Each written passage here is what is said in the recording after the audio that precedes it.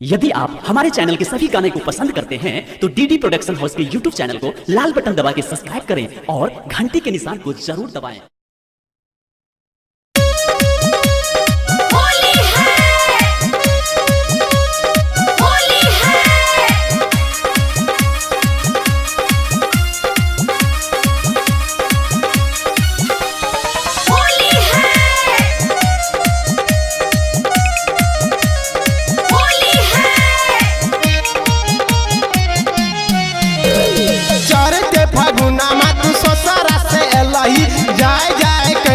तू भेटऊ ना के लही भले तू बस चाहे रेल से जो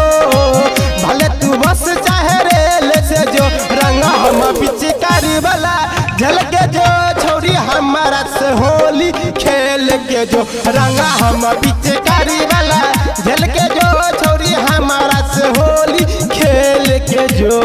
होली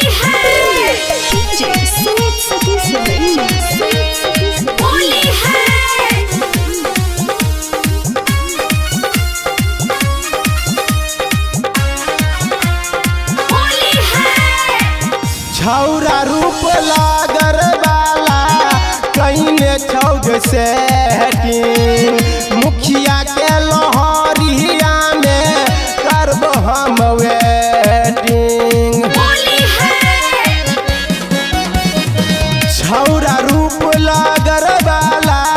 कईने छौज से मुखिया के लहरिया में करब हम वेटिंग भैया तोहर पागल भौजी में लागल बिल्ली में गिल आज ठेल के जो बिल्ली में गिल आज ठेल के जो रंगा हम पिचकारी वाला झलके जो छोरी हमारा से होली खेल के जो रंगा हम पिचकारी वाला झलके जो छोरी हमारा से होली खेल के जो होली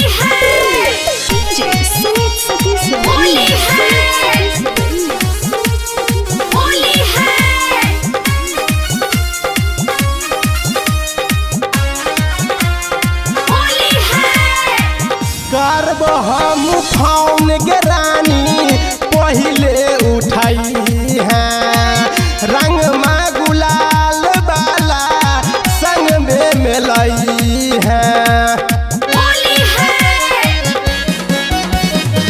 करब हम फाउन के रानी पहले उठाई है रंग में गुलाल वाला संग में लाई है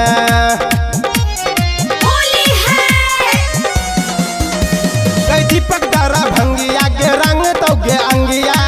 रंजना राजी सन है लेके जो